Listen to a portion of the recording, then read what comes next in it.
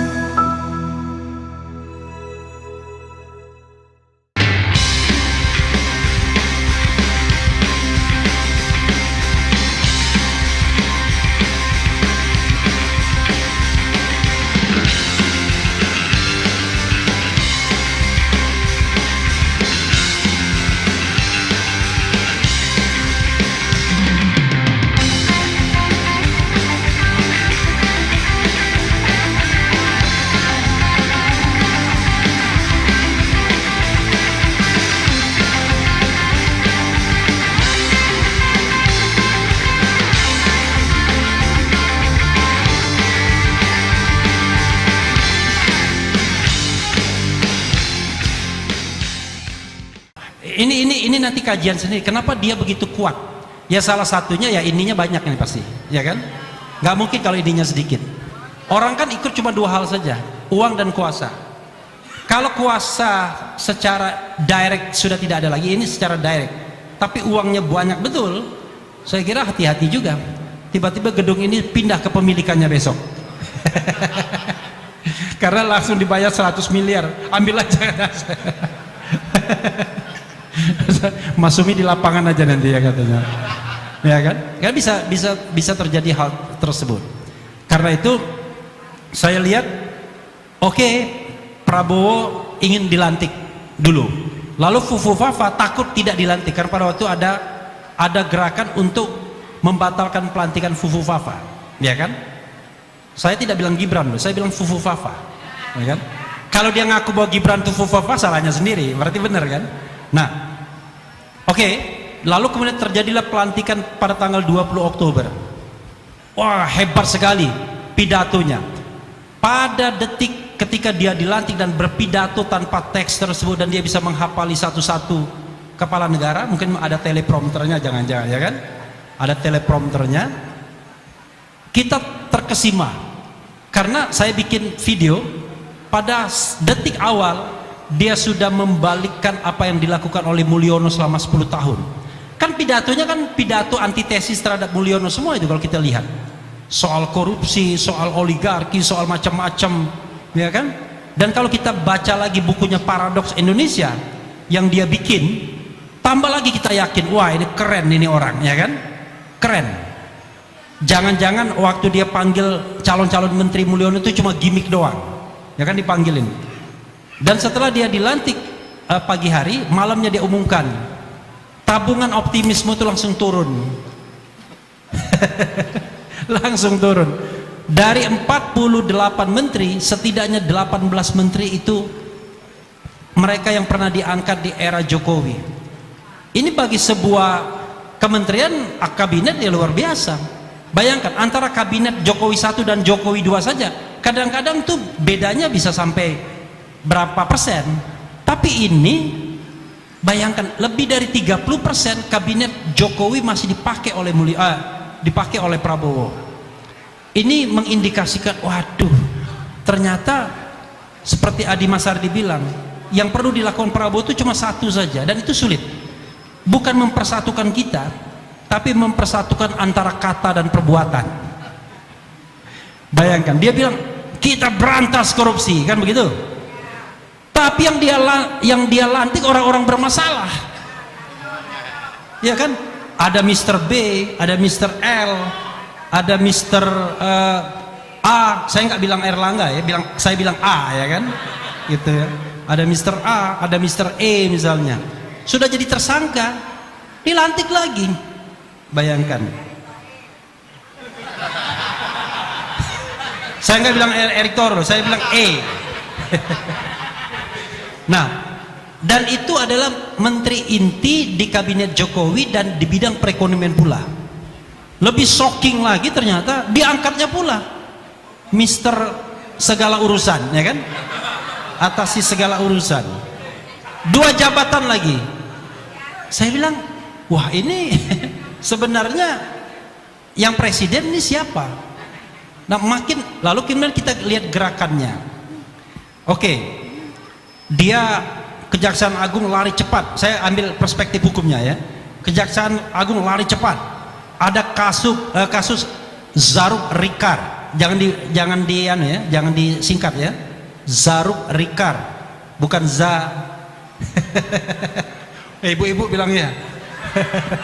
Jadi kasus itu menghenyakan kita, walaupun kita udah tahu, tetapi kan ini kan fakta yang ditemukan. Digerebek di rumahnya dapat 920,9 miliar, hampir 1 triliun plus 51 kg emas batangan Antam. Resmi itu emasnya itu, ya kan? Antam gimana belinya? Nah, satu, dengan kasus ini saya agak deg-degan. Apakah ini akan merupakan perwujudan dari janji Presiden Prabowo untuk menghantam korupsi?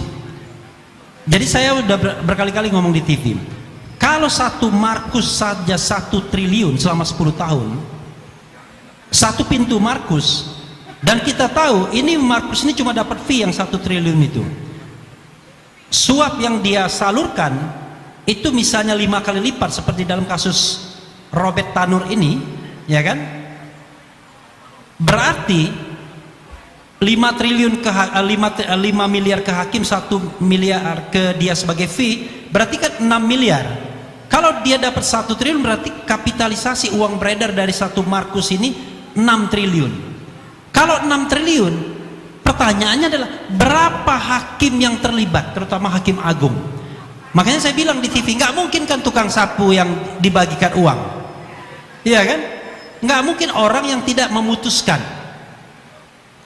Maka saya katakan, kalau kita punya sense of crisis terhadap penegakan hukum, lakukan shutdown terhadap Mahkamah Agung, keluarkan perpu, peraturan pemerintah pengganti undang-undang dalam hal ihwal kegentingan yang memaksa. Presiden bisa mengeluarkan perpu shutdown, bekukan semua hakim agung, seleksi ulang, yang bagus terus, yang buruk berhenti. Allahu Akbar. Tapi tidak terjadi. belum ya, karena pembantu-pembantunya Yusril Iza Mahendra, Otto Hasibuan, kemudian Supratman Andi Aktas, Edi Hiarich, kemudian Natalius Pigai, Mugianto, jangan-jangan itu punggawa-punggawa di bidang hukum ya, 6 orang itu, jangan-jangan nggak menganggap hal itu luar biasa, jangan-jangan part of problem juga, bagian dari masalah. Makanya saya bilang, seumur hidup saya jadi lawyer nggak pernah saya nyuap. Kenapa? Karena beracaranya cuma di Mahkamah Konstitusi. Tapi nggak tahu kalau Bang Yani ya, tapi saya nggak mau tanya Bang Yani. Karena coba bayangkan, kalau kita shutdown itu, maka pemberantasan korupsi luar biasa. Tapi tidak.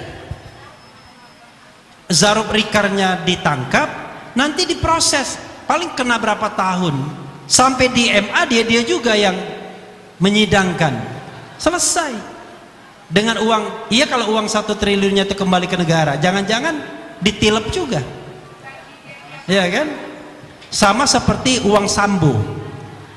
Jadi saya diceritakan sama Aiman ya, diceritakan juga sama yang Inang itu, Sambo itu punya uang 100 triliun bukan 1 triliun loh, 100 triliun minus 1 rupiah. One day keluar surat dari satu bank ke Sungai Bahar tempat Brigadir Joshua, pemberitahuan kalau uang 100 triliun minus 1 itu dibekukan atas nama Brigadir J itu. Bayangkan, dibekukan, sudah nggak ada ceritanya. Begitu di pengadilan berusaha diungkap, bukan uang 100 triliun, tapi uang yang mampir di rekening-rekening ajudan Sambo ini, yang ratusan juta, yang banyak itu pun nggak digubris oleh hakim, dianggap tidak relevan. Maka kemudian kasus pencucian uangnya itu nggak pernah diungkap. Yang diungkap cuma kasus pembunuhannya. Coba bayangkan, gila kan perputaran korupsi di negeri ini, di wilayah kepolisian, kejaksaan, kemudian di wilayah kehakiman. Dan sekarang teman-teman Pak Gatot Nurmantio juniornya mau ikut-ikutan juga kayaknya ya, mulai mau ikut-ikutan. Kenapa? Ini bukan korupsi uang, tapi korupsi undang-undang. Hanya saya satu-satunya orang yang mengatakan baru beberapa menit, baru tidak sampai 1 hari, Prabowo Subianto itu sudah melanggar undang-undang. Sedih saya, karena saya ingat Pak Gatot, teman saya, Sabta Marga, ya kan, menjalankan undang-undang seluruh-seluruhnya. Kan presiden kan begitu, menjalankan undang-undang dasar, undang-undang dan peraturan seluruh-seluruhnya. Tapi yang terjadi enggak. Dia angkat Mayor Teddy sebagai Seskap. Saya nggak cemburu, biarin aja. Tapi Mbak ya berhenti, karena undang-undang TNI hanya menyediakan 8 jabatan saja bagi TNI aktif. 1 di kantor Polhukam, Politik, Hukum dan Keamanan, atau Polkam sekarang. Yang kedua di kantor Kementerian Pertahanan. Yang ketiga di Sekretaris Presiden, Sekretaris Militer Presiden, Sekmil. Yang keempat di Lembaga Ketahanan Nasional. Yang kelima di Dewan Pertahanan Nasional. Yang keenam di SAR. Yang ketujuh di Badan Narkotika Nasional, BNN. Yang kedelapan hakim militer di Mahkamah Agung. Dan itu eksplisit mengatakan hanya 8 itu saja. Kalau mau misalnya mengangkat Mayor Teddy sebagai Seskap, entah dibilang eselon 1, eselon 2, dan sekarang Kaset Pres, Kepala Staf Presiden juga kalau tidak salah aktif juga, baru diangkat. Saya dapat beritanya. Silahkan, nggak apa-apa. Tetapi 2 hal yang harus dilakukan. Ubah dulu undang-undang TNI-nya, Undang-Undang 34 2004, atau pensiunkan dia. Ya kan? Nah, kalau pelanggaran undang-undang yang di depan mata ini nggak ada yang ngomong, cuma Refli Harun yang ngomong, lama-lama nanti kita mengubah undang-undang itu by force, bukan by law. Pokoknya asal Prabowo mau, Panglima TNI membenarkan. Asal Prabowo mau, Kapolri membenarkan. Maka yang terjadi adalah nanti akan terjadi pelanggaran undang-undang secara masif, dan itu dicontohkan oleh orang nomor satunya. Nah, itu yang kemudian saya merasa kok begini pemerintahan. Oke, gagal satu tadi ya, shutdown mahkamah. Belum ya, mudah-mudahan tiba-tiba besok mendengarkan Masyumi dan samping Pak Abdullah, Prabowo berpikir iya benar juga nih, kita shutdown aja Mahkamah Agungnya, ya kan. Amin, takbir. Nah, yang kedua yang hampir gagal juga, yang membuat saya kemudian tabungan optimismenya itu mulai turun, adalah ternyata hasil pansel KPK nggak ditarik oleh Prabowo, padahal Jokowi sengaja membuat pansel dan kemudian memilih orang-orangnya agar in favor kepada dia nantinya.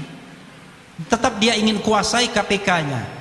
Tapi ternyata kemarin saya baca Hadi Prastyo Setnek mengatakan bahwa dia ngabisin waktu aja, kita nggak mau lagi, kita konsentrasi ke lain. Jadi dia menganggap nggak penting itu yang namanya memiliki KPK yang kredibel. Gagal, ya kan? 2 sudah gagal. Yang ketiga adalah saya berharap dia mengeluarkan perpu untuk mencabut Undang-Undang 19 2019 tentang perubahan kedua Undang-Undang KPK. Undang-undang itulah yang melemahkan KPK. Kenapa? KPK sekarang pimpinannya itu bukan penegak hukum loh sekarang. Jadi kalau dia mau menersangkakan orang, bukan mereka. Dan di KPK sekarang, kemarin berapa hari yang lalu kami datang ke KPK, saya, Abraham Samad, macam-macam Saud Situmorang, mengeluh mereka terpecah dua, kan 4 orang tinggal, 2 pro ke sana, 2 lagi pro keadilan lah ya, ada faksi keadilan, ada faksi sejahtera kayaknya kan. Nah, mereka mau menersangkakan salah satu wakil menteri yang sudah tersangka dan menang di pra peradilan. Nggak bisa, karena sudah dikuasai oleh penegak hukum di sana. Makanya dia bilang orang KPK kantor Polsek Kuningan, katanya begitu. Nah, karena itu gagal. Yang ketiga, mimpi saya. Yang keempat, saya bilang coba rekrut kembali orang-orang kredibel yang dibuang di masa Mulyono, yaitu Novel Baswedan dan kawan-kawan, sepanjang masih fit dan masih proper, kan begitu, dan masih mau. Kelihatannya juga nggak ada reaksi. Jadi 4 indikator untuk menunjukkan bahwa ada keseriusan dalam memberantas korupsi nggak ada. Yang ada adalah menersangkakan Tom Lembong. Saya bukan teman Tom Lembong. Tom Lembong kan temannya Anies Baswedan sama Awalil Rizki. Saya baru 2 kali ketemu Tom Lembong, satu di mobil komando 22 Agustus, satunya lagi di channelnya Yusuf Martak. Tapi alhamdulillah Refli Harun terima 400 miliar dari Tom Lembong. Keren, cadas ya kan. Nggak mau ke Masumi saya kalau dapat 400 miliar ya kan. Iya. Nah, iya. Tom Lembong itu saya tidak mau membela. Saya bilang kalau Tom Lembong menerima aliran dana, selesai saya bela Tom Lembong di publik. Tapi yang masalahnya adalah sampai sekarang kami masih cari-cari kesalahan Tom Lembong. Jadi aliran dananya itu masih mau dicari-cari. Begini, kita ini orang hukum tahu betul, gampang menersangkakan orang. Kan ada 2 jalan untuk menersangkakan pejabat. 1, melawan hukum. 2, memperkaya diri sendiri atau orang lain. 3, merugikan keuangan negara. Itu 1 jalur. Jalur keduanya, menyalahgunakan wewenang, memperkaya diri sendiri atau orang lain, dan kemudian merugikan keuangan negara. Tom Lembong bisa dikenakan dua-duanya. Dianggap melanggar hukum, tidak ada rekomendasi lah, melawan hukum, tidak ada rekomendasi lah, bertentangan dengan peraturan Menteri Perdagangan dan lain sebagainya, memperkaya orang lain minimal. Orang lain itu kan perusahaan yang ikut ekspor gula itu, ikut impor gula, dan dihitung merugikan keuangan negara. Cara merugikan keuangan negara gini, kalau impor ini dilakukan oleh BUMN harusnya untung 400 miliar, ya kan? Karena itulah keuntungan dari BUMN yang ikut impor. Tapi ini dilakukan oleh swasta dan fee BUMN cuma 105 per kilogram, yang kalau dijumlahkan cuma 11 miliar 25 juta, 11 miliar 25 juta dari impor yang 105 ton itu, 105 ribu ton. Artinya negara bukan rugi, negara itu kurang untung, iya kan? Expect untungnya seperti swasta, tapi ternyata kurang banyak untungnya. Itu yang kemudian membuat Tom Lembong ditersangkakan. Saya sekali lagi mengatakan disclaimer, kalau Tom terima duit, maka saya tidak akan bela lagi. Tapi kalau dia tidak terima duit, ya jangan.